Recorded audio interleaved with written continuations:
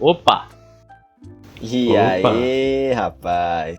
É isso, pessoal. Bem-vindos ao primeiro Chattencast, onde iremos abordar o tema pouco polêmico, né? Eu diria. Libertarianismo. Pouco polêmico.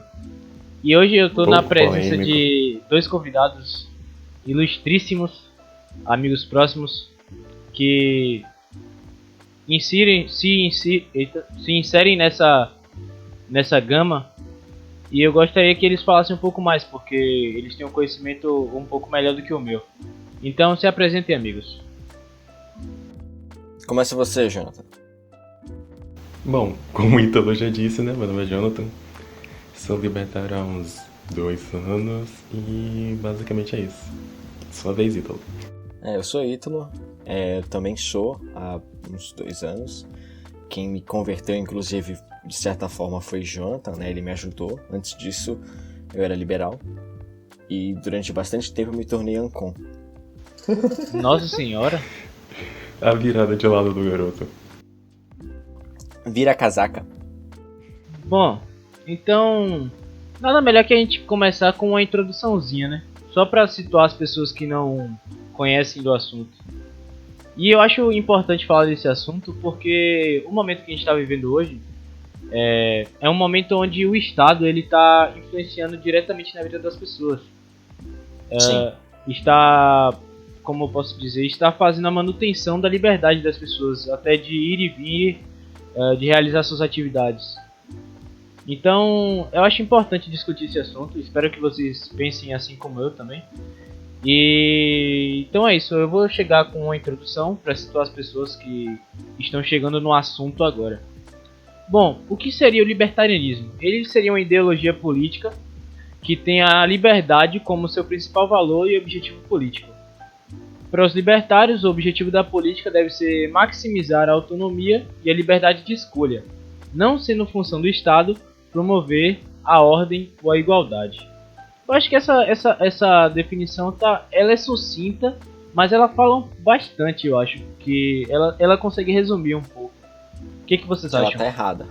Ah, tá. Ela tudo tá bem. um pouquinho errada, é. Assim, eu acho que o Estado não devia fazer nada, porque ele não deveria existir, tá ligado? Assim, Mas existe uma... meio que esse não é o objetivo principal, é apenas a consequência, né, da análise do que é o libertarianismo em si, mas, como o Ítalo mesmo disse, o Estado não deveria fazer nada. É que libertarianismo pro brasileiro, né, na definição que a gente usa aqui, mas que foi desvirtuada lá na terra dos Yankees, né, na América do Norte, Estados Unidos, é uma filosofia principalmente. Então, não se trata de ideia política, de um movimento político.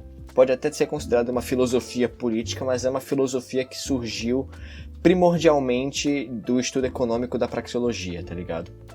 É uma filosofia política que tem a ver com o meio social, com o âmbito do social, tá ligado?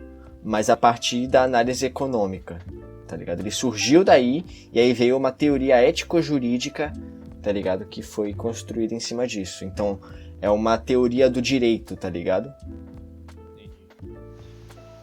Bom, mas é também uma filosofia. Vocês disseram que a definição que eu li está errada. Então... Sim. Ok, beleza. Então vocês poderiam dar uma definição melhor? Já que a definição foi equivocada?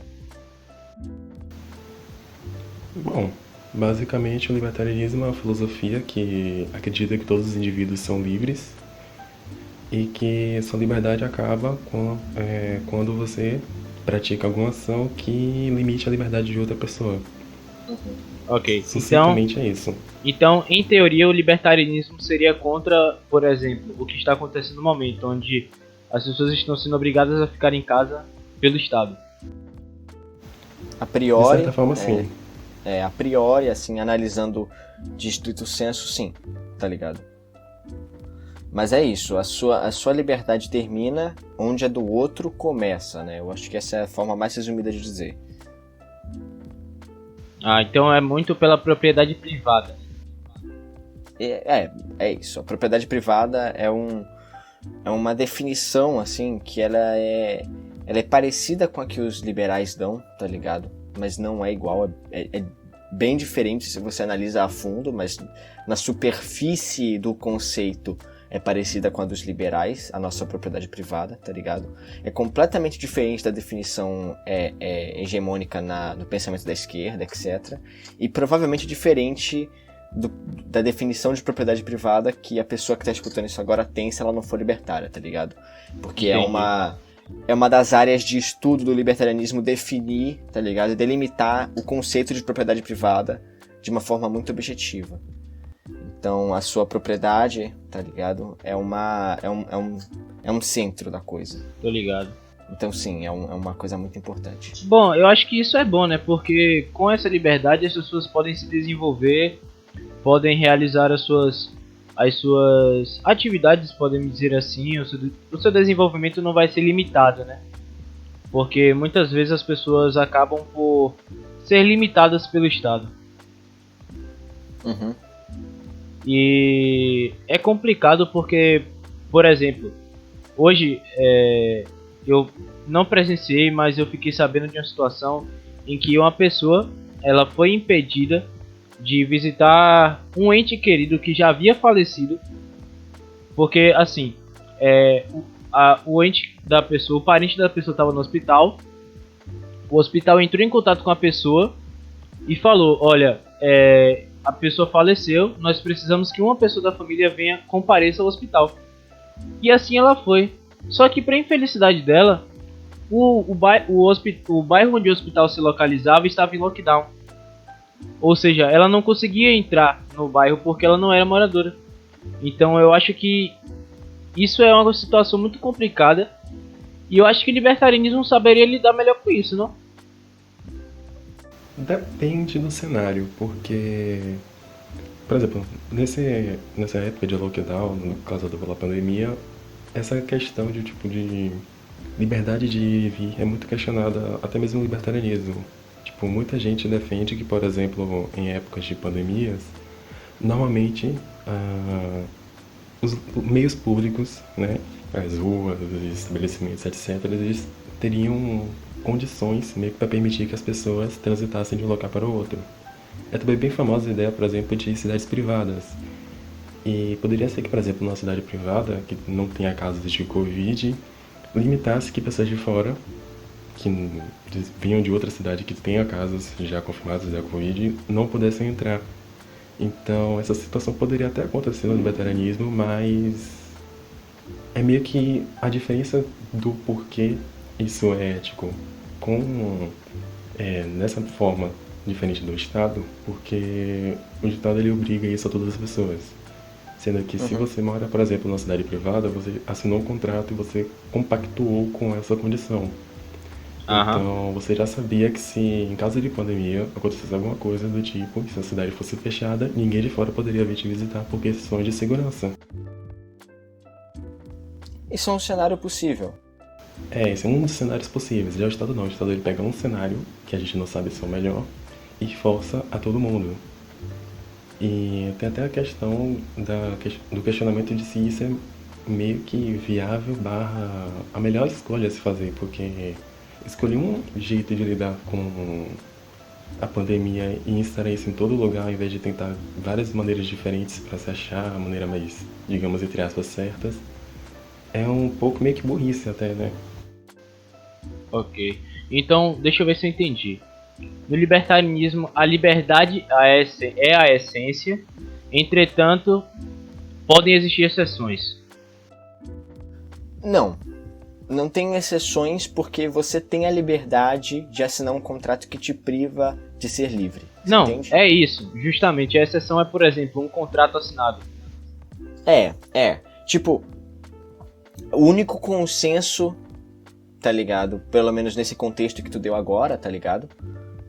Do lockdown, da pessoa que não consegue ver o ente querido, da Covid, etc. O único consenso libertário é que não existe consenso. Entende?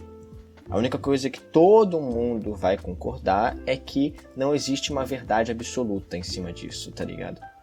E esse é um dos princípios porque é uma humildade de assumir que ninguém tem a resposta para tudo, que a informação da solução das coisas, a resposta para resolver problemas, especialmente de sociedades, de comunidades muito grandes, nunca vai estar dentro da cabeça de uma pessoa só ou de um grupo seleto de pessoas, que essa informação vai estar dispersa.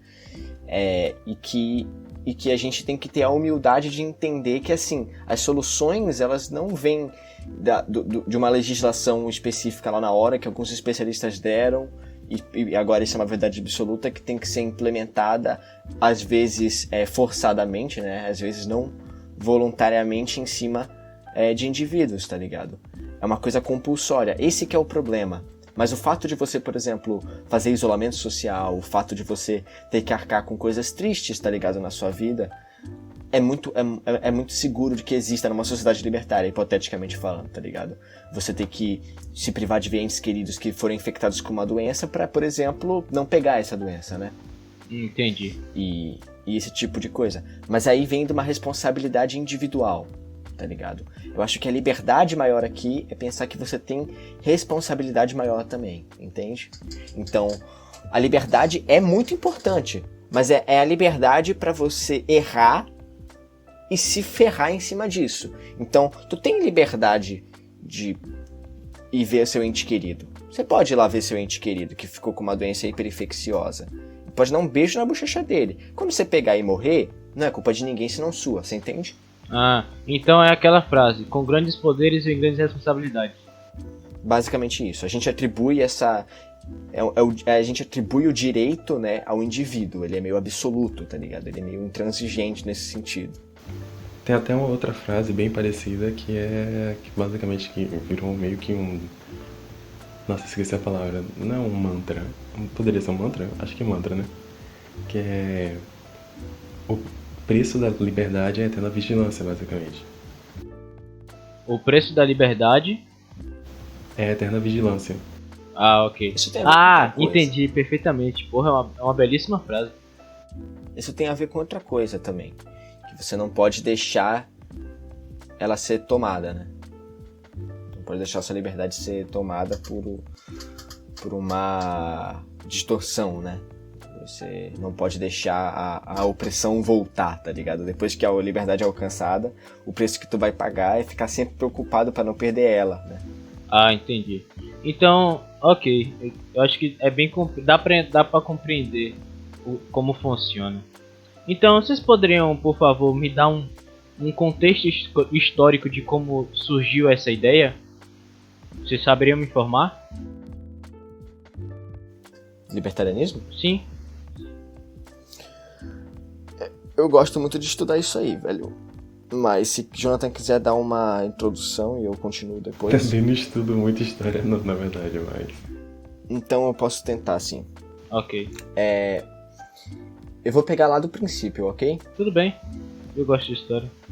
Né? Eu vou começar bem no começo, tá ligado? Uma coisa bem primordial e que pouca gente sabe, pouca gente se lembra. Inclusive eu vou até procurar aqui enquanto olho no meu livro aqui, Ciclos Fatais.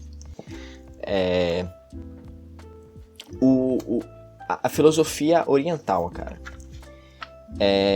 Uma coisa da filosofia oriental que se sustentava, né, no controle do próprio corpo, na própria liberdade, sabe? E que foi uma das bases para o direito, tá ligado? Para os direitos humanos. Isso eu aprendi no livro do Gianluca Lorenzon, né, Ciclos Fatais, onde ele fala sobre direitos humanos. E a origem principal dele, né, mesmo sendo ocidental, né, dos filósofos ingleses e os gregos, né, que geraram essa origem, ela já existia, né, como um pensamento oriental, tá ligado? Do taoísmo, que você é dono de si mesmo, de certa forma, e que você meio que tem o direito, né, de se possuir. E aí, os gregos também criaram muito disso, né? Isso surge lá na Grécia Antiga, né? Como um princípio da filosofia, né? A parada que vai se desenvolver, né? Até chegar no ponto do iluminismo, onde isso retorna, né? porque o Renascimento traz essas ideias de volta e aí acaba trazendo o antropocentrismo de novo, tá ligado? Vem daí. E isso é também tradição liberal, é que eu tô falando ainda da tradição liberal. O que vai acontecer? Você vai ter o iluminismo, você vai ter pensadores tipo Voltaire, tá ligado? Você vai ter pensadores como Rousseau, né? E entre outros. E todos eles vão contribuir para a gente criar o que a gente considera hoje como a base da filosofia política, né? E o interessante, né, é que vai também, depois de um tempo, né, surgir o pensamento de John Locke, né, que é a filosofia política principal que vai justificar o liberalismo como a gente conhece filosoficamente, tá ligado? E aí é onde surge a primeira definição mais concreta de propriedade, tá ligado? Isso é 1700 e os quebrados. John Locke, velho, ele vai falar que você, como indivíduo, né, pode possuir propriedade, né, e que misturar o seu trabalho com a natureza, né, vai te dar direito a essa propriedade. E aí vem a história dos direitos humanos, né, quando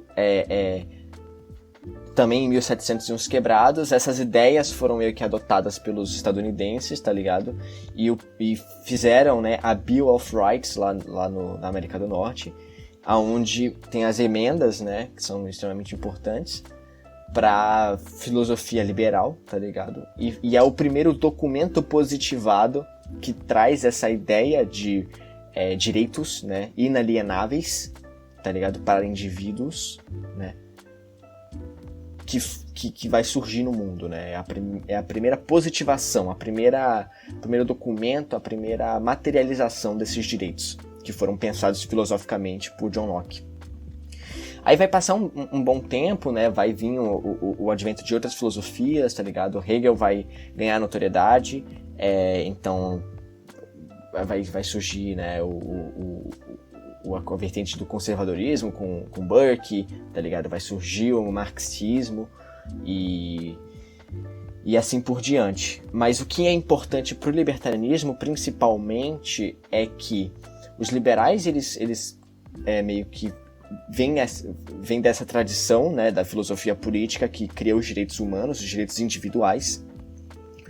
E aí surgem os socialistas, né, no século XIX, que criam direitos sociais, né, que pensam como algumas obrigações da sociedade perante grupos específicos, perante certos grupos, certas comunidades, e os anarquistas, né, que vão se bifurcando, né, para caminhos diferentes, né. O que os anarquistas já pensavam? Agora, retrospectivando um pouquinho, para a gente chegar nesse ponto de novo. Os anarquistas, eles começaram a questionar a autoridade. Isso é uma coisa que veio muito com a Revolução Francesa e com o Iluminismo. Os anarquistas, eles questionaram bastante a autoridade. Se tem que existir uma autoridade, ela meio que tem que provar ser digna, tá ligado? Ela tem que provar ser legítima. E isso é uma coisa que os liberais procuravam, né? Os liberais clássicos.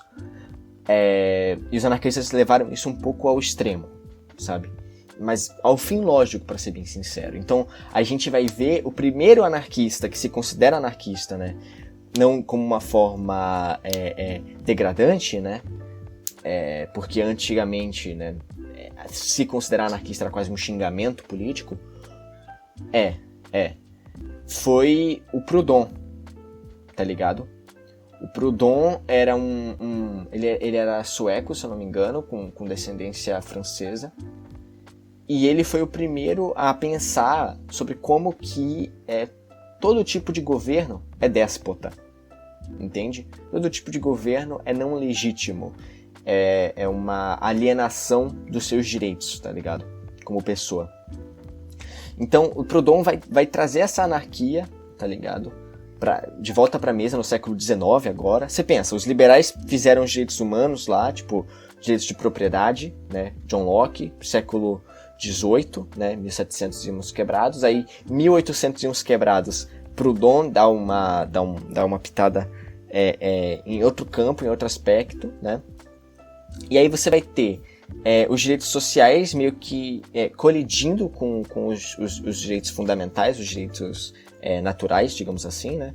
Então você vai ter essa bifurcação, onde começa a primeira era da dicotomia liberalismo, socialismo, tá ligado? Que é muito antes da Segunda Guerra Mundial. Isso é outra coisa, não é o que a gente significa hoje em dia, tá ligado? Isso tem outro significado para aquela época.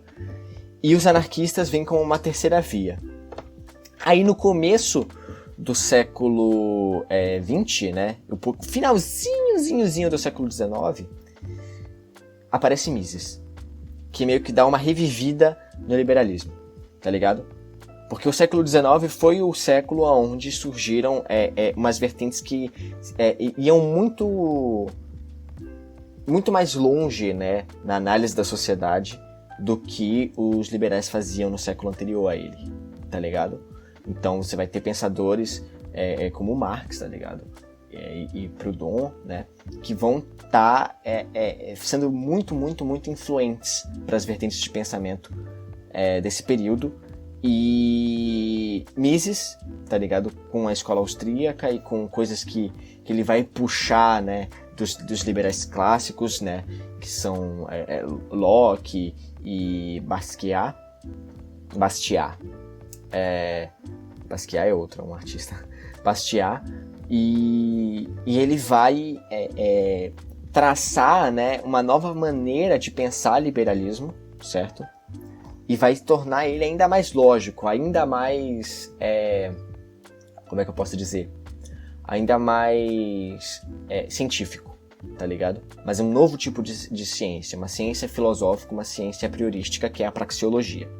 E por que isso é importante pro libertarianismo? Porque vai trazer um aspecto, tá ligado? Que vai depois ser aprofundado por Rothbard. Aí a gente chegou no libertarianismo, ok? Então o libertarianismo começa nos anos 50, 60, quando o Rothbard, tá ligado, tem contato com o Mises e expande os trabalhos dele, tá ligado? Em cima da escola austríaca, que vem dessa tradição liberal do século antes do anterior dele, né? E os anarquistas, eles vão converger na direção de Rothbard. E é aí que você vê, quando o liberalismo vem desse direitos individuais, direitos de propriedade, tá ligado? Liberdade, vida, né? A Carta dos Direitos Americana, etc. Tá ligado? Vai acontecer uma separação dos anarquistas entre pessoas que vão ter esse pensamento mais liberal e pessoas que vão ter o pensamento menos liberal, mais social, tá ligado? Então, você vai ter uma separação, tá ligado? Entre anarquistas mais individualistas e anarquistas mais coletivistas. Os coletivistas vão ser Kropotkin, tá ligado? Até Proudhon, de certa forma, mas Proudhon ele era como se fosse um centro, ele é uma base muito neutra, né? Pra ser dicotomizado ainda, né? Mas aí de Proudhon vai sair principalmente o Kropotkin, que é considerado anarco-comunista, né? Que é a vertente de anarquia base hoje em dia, e outros nomes como Lysander Spooner. Lysander Spooner era um americano, tá ligado? Que escrevia contra o governo americano e ele era um anarco-individualista, de certa forma, né? Ele questionava anarco-individualista. Isso no século XIX. Aí Lysander Spooner vai ter vai diverger, né? Vai meio que tirar um pouco dessas ideias proudhonianas, tá ligado? Vai analisar elas e tudo mais. Vai ter, inclusive, uma ajuda de Proudhon. De Proudhon o quê? De Henry David Thoreau. Thoreau, que também era um americano, né? E aí o anarco-individualismo vai se formar, né? Esse feto de uma anarquia um pouco diferente da anarquia social que está acontecendo mais na Europa, por enquanto, né? O Kropotkin, por exemplo, e o Bakunin eram russos.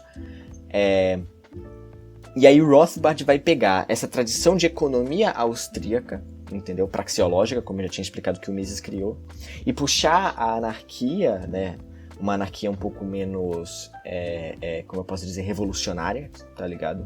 Uma anarquia mais filosófica, uma anarquia um pouco mais individual, né? Individualista, que é de Lysander Spooner e Henry David Thoreau. e ele vai formar o libertarianismo nos anos 60. Quem faz isso é Rothbard. E ele chama isso de anarquia lockeana. Entendeu? Lembra do John Locke lá em 1700 e uns quebrados? Que fez o direito de propriedade? O Rothbard, ele junta essa tradição liberal, tá ligado? De Locke, que vai como uma linha passando por Bastiat, por Menger, tá ligado? Aí Mises, e aí, finalmente, pá, Rothbard. E aí ele vai puxar a anarquia e vai juntar no libertarianismo. Aí depois vai vir um aprendiz dele, Hans Hermann Hoppe, que é uma figura controversa, ele é extremamente prolífico, tá ligado? Ele escreveu pra caramba. E o Hoppe vai fazer a filosofia se tornar mais consistente, tá ligado? Vai fazer a filosofia se tornar irrefutável, digamos assim. E aí esse é o libertarianismo de hoje em dia. Ok. Então acho que dá pra entender um pouco de como é uma gama de ideias, não é uma coisa só. O velho já vem de muito tempo e agora, há pouco tempo, né? Você disse agora nos anos 50 com o Rothbard, ele começa a se concretizar de fato. E Jonathan, o que é que você tem a falar? Sim, eu gostaria até de salientar um pouco que Ítalo ele resgatou bastante a ideia de direitos naturais, direitos humanos ou direitos... Esqueci a palavra que você usou também. Inalienáveis? Eita. Perdão. Direitos Tá, desisto dessa palavra.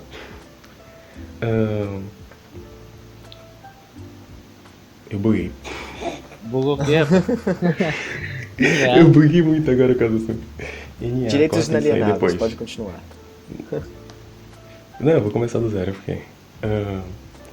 eu gostaria de falar que, tipo, Ítalo, ele resgatou bastante a ideia de direitos naturais e direitos humanos. E é importante salientar que essa invenção, entre essas de Locke, lá em 1700 por aí, porque isso foi uma base muito importante. Às vezes, né, na verdade várias vezes durante a nossa vida, nós nos vemos em situações em que a gente não sabe meio que descrever com certeza o que é certo e o que é errado. Diversas vezes a gente se vê entrando em um conflito interno e tentando deduzir se tipo, uma ação nossa mesmo de outra pessoa é uma ação, podemos dizer, ética. E o justnaturalismo, né, que é essa ideia de direitos bases, surge justamente para tentar criar um corpo onde você pode se basear e ter ideias convictas do que é eticamente correto e o que é eticamente errado. E essas ideias, elas não podem ser fluidas como a moral, porque a moral, ela muda de sociedade para sociedade, de tempo em tempo. Não muito tempo atrás no Brasil, a escravidão era moralmente aceita. Hoje não é mais, ainda bem. Mas a ética não, a ética ela tem que ser um corpo de ideias que ela não muda. E por isso que vem essa ideia de natural, é um direito que ele nasce junto com o homem. Que é justamente com a razão, no caso, né? Com a razão, basicamente. Que são direitos que não importa onde você esteja, em que época você esteja e quem você seja, esses direitos são os mesmos para todo mundo, não importa etnia, não importa gênero, não importa idade, nada. Todo ser racional, né? Todo ser senciente que tem capacidade de argumentação está dentro desse escopo. É ontológico. E é por isso exatamente, por isso que ela é muito importante, por isso que, tipo, tanta gente... É subjetivamente ontológico. Isso é interessante.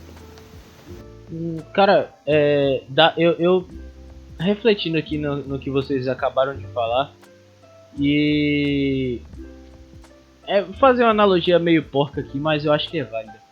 É como se esse conceito de liberdade fosse uma parede que... Desde os gregos, desde o como é o nome da ideia asiática que você falou agora, eu esqueci.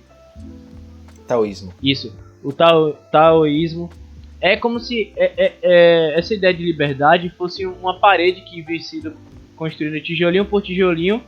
E aí chega o Rothbard e já encontra a parede levantada e só faz rebocar e pintar, tá ligado? E eu acho muito interessante. Podemos dizer que é isso. Eu acho muito interessante porque a gente tá trabalhando aqui com direitos que tipo são inalienáveis, né? Que essencialmente deveriam ser, como é que eu posso dizer? É porque agora eu vou entrar na coisa polêmica. Eles deveriam ser cedidos não, que são nossos por direito, mas eles deveriam ser legitimizados. Legitimizados e respeitados. Só que aí entra o Estado. Deveria ser legitimizado? Oi? O que deveria ser legitimizado? Esses direitos básicos. E aí chega o Estado e ele fala, eu acho que não. E aí tipo, ele tira muito disso, tá ligado? Na minha humilde opinião, claro. E a gente pede Oi? Eu acho que legitimar não é uma palavra certa, porque legitimar vem do princípio de que alguém dá validade, basicamente. Eles já são legítimos. Ok. Acho que o princípio de respeitar faz mais sentido nesse caso. Respeitar, ok, realmente. Então, chega o Estado e fala, eu acho que não. E tipo, a gente acaba perdendo muita coisa por conta dessa intervenção imprópria, sabe? E tipo, eu digo isso porque eu comecei a flertar com... Eu digo isso porque eu sempre flertei inconscientemente com o libertarianismo. Porque eu pensava muito nisso, tipo, no direito de defesa que você tinha que ter, porque, por exemplo, contra a criminalidade. Tipo, muitas pessoas andam de mãos atadas porque elas não podem se defender, porque o Estado tem regulamentos e um código de que... Tem o monopólio da força. Exato, tem o monopólio da força e as pessoas não podem nem se defender, sendo que os agressores, entre aspas, né, conseguem burlar essa questão para o mal, tá ligado? Sendo que, no caso, acaba por prejudicar o resto das pessoas. Como, por exemplo, um cara que toma de assalto uma propriedade sua que você ralou para conseguir, tá ligado? É muito complicado isso, porque muitas vezes isso acaba sendo culpa do Estado em não respeitar o nosso direito básico de nos defender, de defender a nossa propriedade, velho. Eu acho isso um debate que é muito necessário, porque o Brasil, principalmente, é um dos países que tem uma criminalidade muito alta. E as pessoas simplesmente ficam de mãos atadas, não conseguem se defender, e quando tentam se defender, são barradas pelo Estado, que são tratadas como pessoas que estão, como é que eu posso dizer, margeando a ilegalidade, entende? Eu acho isso uma coisa muito, muito complicada, é uma coisa que gera uma certa indignação. Eu sempre pensei muito nisso, desde novo. E eu acho que esse debate libertarianismo deve ser feito justamente por causa disso, porque as pessoas acabam por nem imaginar que elas podem sim ter o direito de se defender, mas por intervenção do Estado elas perdem isso, sabe? É uma coisa muito complicada, velho, é muito complicada. É chato até de pensar nisso, é uma coisa chata. Pessoas perderem a vida, pessoas perderem as coisas, perderem suas propriedades porque não podem se defender. Sabe qual que é tecnicamente o manifesto comunista do libertarianismo? Tipo, o panfleto, o livro curtinho, panfletário que você, tipo, dá pra uma pessoa que quer entender por que a gente é libertário da forma mais curta possível? Diga. É a Anatomia do Estado. Sim. Ele já leu, inclusive. Eu acho engraçado, porque é um livro muito pequeno, muito curto, tá ligado? Super compacto, bem... Acho que tem 49 páginas. Cara... Só isso? Me manda aí que eu vou ler, velho. Eu ainda não li. E presta atenção. Eu quero mostrar como que isso é interessante. O livro que justifica o libertarianismo da forma que a gente conhece hoje em dia, tá ligado? É sobre o Estado. Dá pra entender? Eu quero trazer uma comparação aqui com o marxismo, porque qual que é o manifesto do marxismo, tá ligado? Qual que é o livro panfletário que você dá pra explicar por que você é comunista? O Manifesto do Partido Comunista. Exatamente, o Manifesto do Partido Comunista. Que também é curtinho, super fácil de ler, extremamente compacto e que exprime perfeitamente qual é a ideia, né, da ideologia. Mas você entende que a obra mor do Marx não é o Manifesto, é o Capital. Você tá vendo a dicotomia aqui? A obra mor do Rothbard, né? Não é a Anatomia do Estado, tá ligado?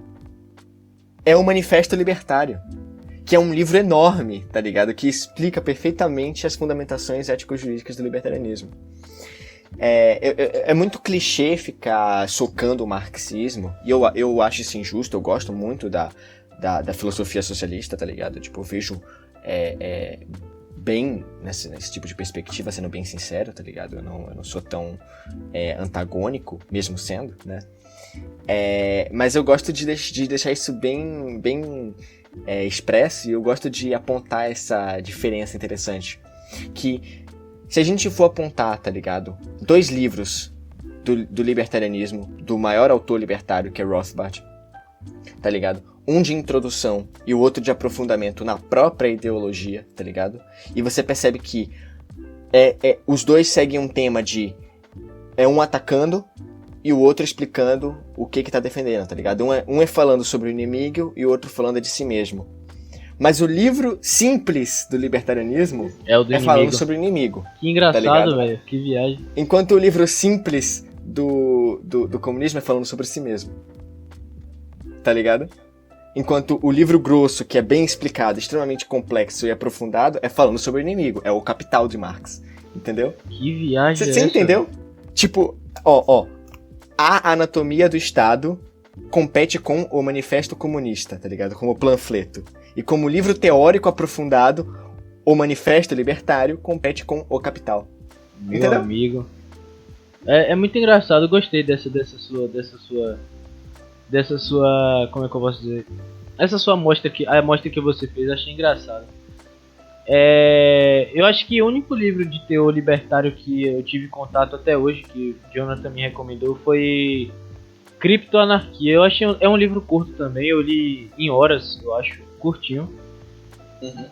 Eu não lembro muito dele porque já tem um tempo que eu li, e a minha leitura não é muito aprofundada, eu leio bem assim rápido. Eu leio muito rápido, às vezes eu não consigo absorver os detalhes. Isso é um erro é um pecado que eu cometo. Mas o criptoanarquismo... Oi?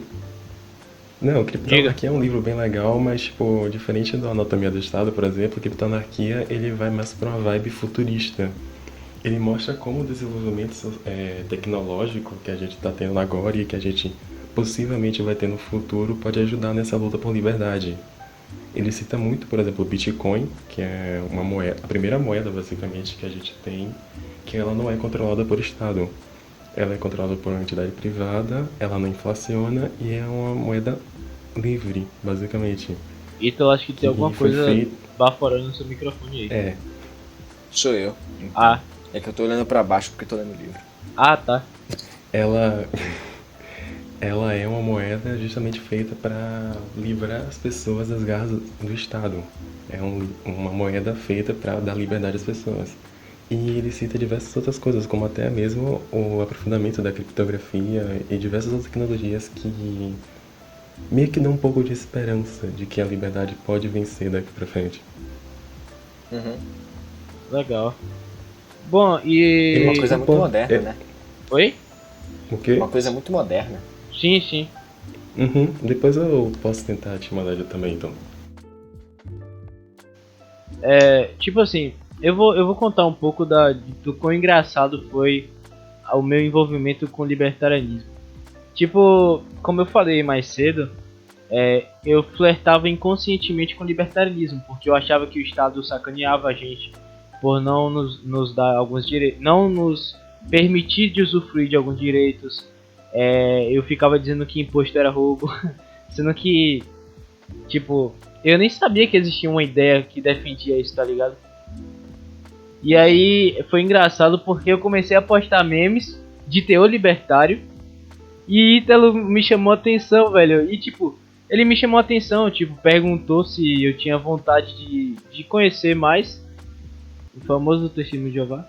E aí ele chegou e me introduziu a isso. Eu achei muito interessante porque era tudo que passava pela minha cabeça em uma teoria filosófica. Eu acho isso incrível, tá ligado? Porque eu aposto que deve ter muita gente que nem eu, que flerta inconscientemente, pessoas que até podem assistir esse vídeo, que flertam inconscientemente com o libertarianismo. E se por um acaso elas terem um contato da hora, tipo, conhecer pessoas que compartilham da ideia, ler um pouco sobre, acho que elas vão ficar muito felizes e surpresas de saber que tudo que passava pela cabeça delas tá escrito em linhas, tá ligado? E já foi escrito há muito tempo. Eu acho isso muito legal, velho. Muito, muito, muito legal. Não, eu achei engraçado porque, tipo, eu percebi essa sua época que você flertava com o libertarianismo, eu até avisei você um pouco, só que você ficava meio tipo, não, isso aí é utopia, isso aí não existe, Nah. não tem como funcionar. Mas Ítalo conseguiu te converter, da mesma forma que eu dei um empurrãozinho pra ele também. Humilde, humilde. Obrigado. Só agradece. Mano, vocês têm alguma coisa mais a falar, tipo, sobre? Porque eu acho que eu tenho algumas dúvidas. Pode perguntar, mano. Ok. Então é o seguinte. Velho, assim, eu gostaria que vocês me explicassem um pouco. Como é que eu posso dizer? Eu não vou pedir pra vocês exemplificarem um estado não, que isso é sacanagem, mas uma sociedade libertária, porque é realmente muito complexo, como vocês disseram. Ela é bem relativa, então não vou pedir pra vocês falarem isso.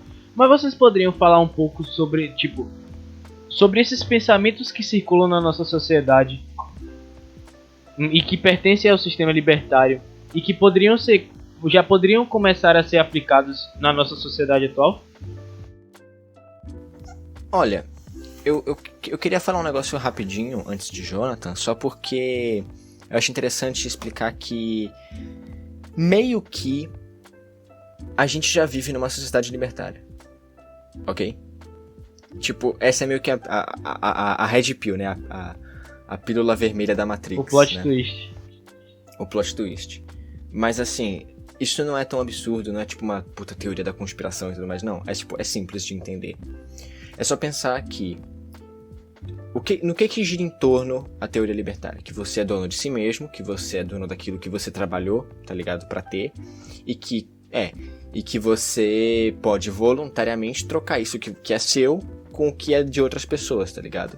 E quando os dois foram voluntários e os dois trabalharam pra conseguir, né, o que tá na mão deles, essa troca ela é válida, tá ligado? Ela é ética, e que a sociedade mais consistente, né, a sociedade que não tem uma ética, que existe conflito e que existe contradição dentro de si mesma, a ética mais pura nesse sentido, né, é essa. Se você para pra pensar, isso não é meio que senso comum já? Sim. Então, o problema é que essa sociedade, ela é assim, entender que a espécie humana, os seres humanos, tá ligado? Meio que por tentativa e erro, tá ligado? Tiveram tempo pra chegar, né, nesse método prático, tá ligado? De sociedade, sem filosofia, sem nada, tá ligado?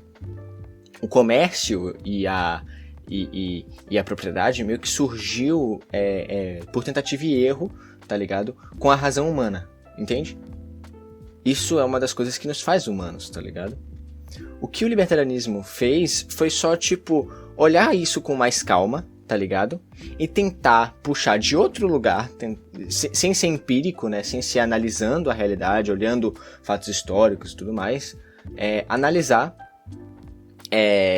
esse aspecto e fazer ele ser mais consistente, logicamente, tá ligado? Dar uma capa epistemológica, tá ligado? Que é meio que formal pra gente agora e também facilita essa palavra, né? Essa ideia ser espalhada. E o que tem de problema aí? Se a gente já vive numa sociedade libertária, por que as coisas estão tão ruins e a gente promete tanta coisa boa? Porque tem um agravante aí no meio, que é a agressão, tá ligado? Que é uma coisa que é muito difícil de ser impedida, tá ligado? Por completo. A agressão também faz parte da natureza humana, tá ligado? Assim como o nosso direito de não ser agredido, tá ligado? Mas uma sociedade sem agressão é uma sociedade ideal, entende? Ok. Então a gente vive numa sociedade libertária, mas que infelizmente não consegue impedir toda a agressão de acontecer. E tem ainda um problema maior. É uma sociedade libertária que não consegue impedir toda a agressão de acontecer, mas falha ainda mais por deixar surgir uma instituição, tá ligado? Que só existe em cima de agressão, que é o Estado, entendeu? Porque a nossa definição de Estado é o monopólio da força sobre uma determinada região. Então, qual é a única instituição que tem o direito de matar sem ser punida, tá ligado? Ou então a única instituição que tem o direito, ou a capacidade, né, de julgar crimes e julgar problemas dentro dessa região? É o Estado, entendeu? A jurisdição e a defesa e a segurança são monopólios do Estado. E se você tenta possuir força, tá ligado? Seja por uma causa boa, como autodefesa, ou seja por uma causa ruim, como formar uma gangue, né? Você vai ser oprimido pelo Estado, tá ligado? Porque o Estado não gosta de competição. Ele quer ter o monopólio. Entendeu? E então é pensar que existe uma sociedade libertária que meio que já existe bem embaixo da nossa cabeça, no nosso zeitgeist, tá ligado? No espírito dos tempos, tá ligado?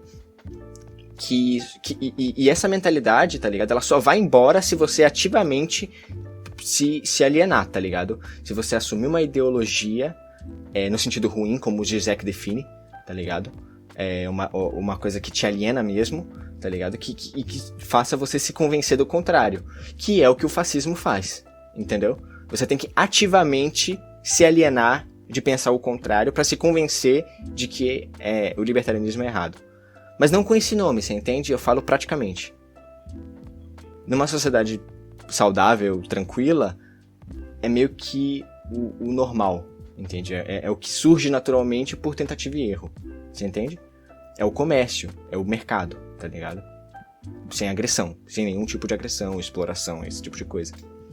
E aí o Estado é só uma gangue grande demais, você entende? Uma gangue que é muito bem organizada. Só que... Entende? E que surgiu em cima de uma sociedade libertária e já existe há tanto tempo.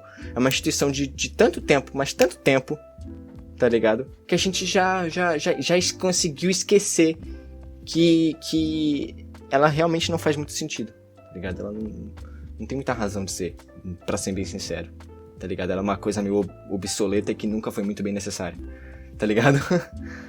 Ok. Velho, é interessante isso. Rapidinho, João. Eu vou falar uma coisa rapidinho. É bem interessante isso que você falou de uma sociedade libertária já existir bem debaixo do nosso nariz. É muito engraçado porque faz muito sentido se a gente parar pra analisar. Pode falar, João. Não, o que eu queria falar, tipo, a sociedade libertária, ela meio que já é, entre aspas, no senso comum, tanto que, por exemplo, você já se viu pensando no jeito libertário sem sendo libertário, e diversas pessoas, se você for parar pra conversar, elas concordam com grande parte das ideias, porque é meio que algo, como já diz o nome, natural, porque se baseia no desnaturalismo. Mas a proposta em si e tal, por isso que o libertarianismo é até às vezes colocado como de esquerda, né? Porque a gente busca meio que causar essa percepção nas pessoas. A gente quer divulgar isso culturalmente para que as pessoas percebam essas ideias de direito, de não agressão e passem a repudiar a agressão. Esse é o principal objetivo. É que as pessoas, quando vejam a agressão, elas sabem reconhecer que isso está errado e que elas não apoiem isso. E, consequentemente, isso incluiria não apoiar o Estado. Uma das, meio que, entre essas filosofias, né, do libertarianismo que fala bastante sobre isso, e é a favorita de Ítalo, é o agorismo. O agorismo, ele meio que vai propor a contra-economia, né, que seria basicamente você incentivar atitudes que são eticamente corretas, mas que são impedidas pelo Estado. E por meio dessas ações, você meio que vai minando o poder do Estado até que você meio que encurrala ele tanto que ele deixe de existir. Que seriam, como o Ítalo já falou comigo, as ações contra-econômicas, né, Ítalo? As ações contra-econômicas, sim. É muito interessante isso, velho, porque é básico, velho, é muito básico. A gente faz inconscientemente, tá ligado? E não percebe, velho. Por exemplo, quando você compra na feirinha do bairro na mão do seu Zé, tá ligado? Você compra você compra a pica de banana, 5 maçãs, e tipo, você paga ele. Muitas vezes o Estado não está impondo regulamentações a ele, ele não está sendo cobrado impostos, então o dinheiro está indo para a mão dele. Claro que da mão dele pode ir para outras finalidades. Ele pode pagar os impostos dele, tipo de água, de luz e tudo mais, mas não está indo para o Estado. E isso já é uma ação contra-econômica. É interessante isso, velho, que inconscientemente... E isso muitas vezes é o que permite o negócio dele existir, tá ligado? Eu não entendi, repita aí, por favor. Isso é o que muitas vezes faz com que o negócio dele possa existir. Sim. É a falta da intervenção do Estado. É interessante isso. Muito interessante. Sim, nesse exemplo que você disse mesmo, comprar por exemplo, esses alimentos de feirantes que não são regulamentados pelo Estado é o que a gente chama, por exemplo, de mercado cinza, que é um mercado que o Estado sabe que existe, mas que ele não regulamenta, basicamente. O mercado branco é todo aquele mercado que o Estado regulamenta. Então, aquele mercado das pessoas que pagam imposto, as grandes lojas, as grandes corporações, etc. Então, você comprar coisas, por exemplo, no mercado branco, você está colaborando com a existência do Estado. Já comprar itens no mercado cinza ou até no mercado negro, que aí também é importante salientar, porque tem a diferença do mercado negro para o mercado vermelho, que é basicamente a agressão. O mercado negro, são aquelas coisas que o Estado proíbe de serem vendidas, basicamente. Só que mas que são boas. Elas são boas, São elas não éticas. são eticamente erradas. Por exemplo, sei lá, maconha que você plantou no seu quintal e você está consumindo. Tipo, Que você comprou dos hippies da Chapada Diamantina pra você se chapar voluntariamente, tá ligado? Pronto, excelente exemplo. Não existe violência aí, basicamente. Agora, se você comprasse esse mesmo item, por exemplo, do tráfico de drogas, não tem como dizer que o tráfico de drogas não causa violência. Então, o tráfico de drogas seria caracterizado como um mercado vermelho, um mercado danoso.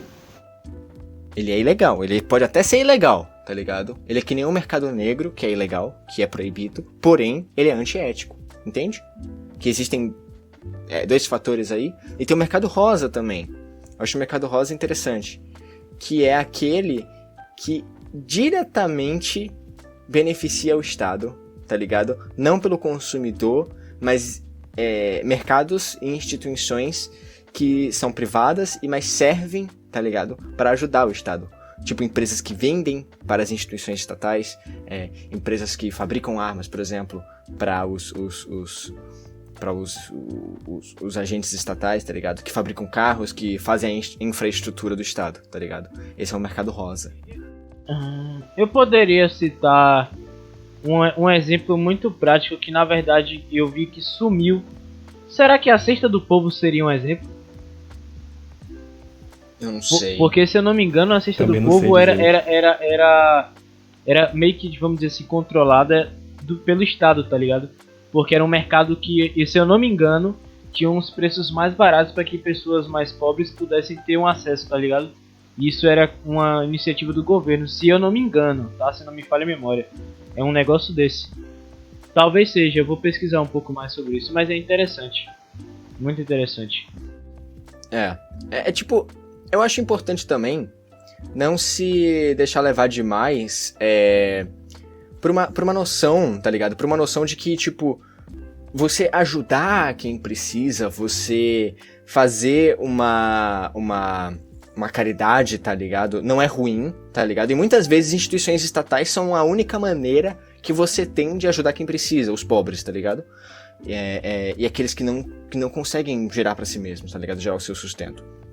E eu sinto que isso é uma das maiores críticas que eu tenho contra o libertarianismo, é essa, tá ligado? De que muitas vezes eles estão mais preocupados em acabar com aquilo que realmente, às vezes, é a última chance, o último sustento de algumas pessoas, tá ligado? Que, infelizmente, o Estado monopoliza, tá ligado?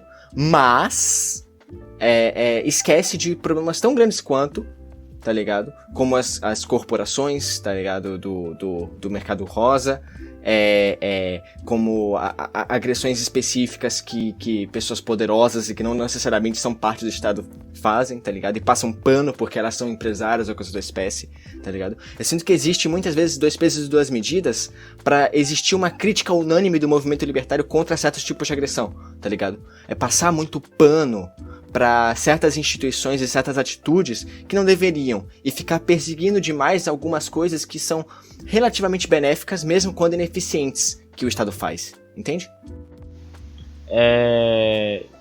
Eu acho que nesse caso aí, desse exemplo que você deu de, por exemplo, fazer a caridade, às vezes a única opção é tipo o Estado que faz isso, eu acho que uma bela saída, e eu acho que é uma saída com um toque libertário, são as ONGs. Podem existir ONGs que ajudam também. É uma bela solução. Com certeza. Mas assumindo que não tem ONGs, né? E o Estado monopolizou a coisa, existe isso, tá ligado? Não existe nenhuma ONG que propõe dar uma bolsa pra todo mundo que tem filhos demais na família e tá desempregado. Tipo, um Bolsa Família da vida, tá ligado? Mas existem vários problemas em cima desse discurso, tá ligado? Porque realmente é uma forma de você criar pessoas que são subservientes ao Estado e fazer com que a imagem dele melhore. No final também, querendo ou não, acaba sendo um pouco de propaganda, tá ligado? E acaba gerando mais problemas do que soluções, tá ligado? Porque o Estado não tá interessado em acabar com a pobreza, sabe? Isso é uma das maiores demagogias que as pessoas entram e caem, tá ligado? Que o Estado quer acabar com a pobreza, mas ele não consegue por causa dos malditos ricos. Isso é mentira, tá ligado? Bom, amigos, já estamos com 55 minutos aparentemente. Então não quero estender muito para o vídeo não ficar cansativo. Então vocês gostariam de dar uma pincelada final pra gente encerrar? Leiam a Anatomia do Estado e o Manifesto do Novo Libertário. Acho que essa é a melhor dica de todas. E o Criptoanarquia também. O Criptoanarquia é bom Criptoanarquia pra é da uma hora. perspecção melhor do futuro. Bom, então acho que eu vou finalizar aqui. Bom, pessoal, eu espero que vocês tenham gostado e entendido o assunto. Qualquer dúvida, podem deixar nos comentários que eu vou me prontificar a tirar as dúvidas de vocês. Se vocês também tiverem críticas, sugestões para a gente melhorar a qualidade dos vídeos, são extremamente bem-vindas. Isso é essencial. E é isso, espero que tenham gostado. Deixa o like, se inscreve, compartilha o vídeo, porque conhecimento deve ser compartilhado, não deve ser monopolizado. E é isso, até a próxima, tamo junto. Valeu, imposto é roubo. Nah.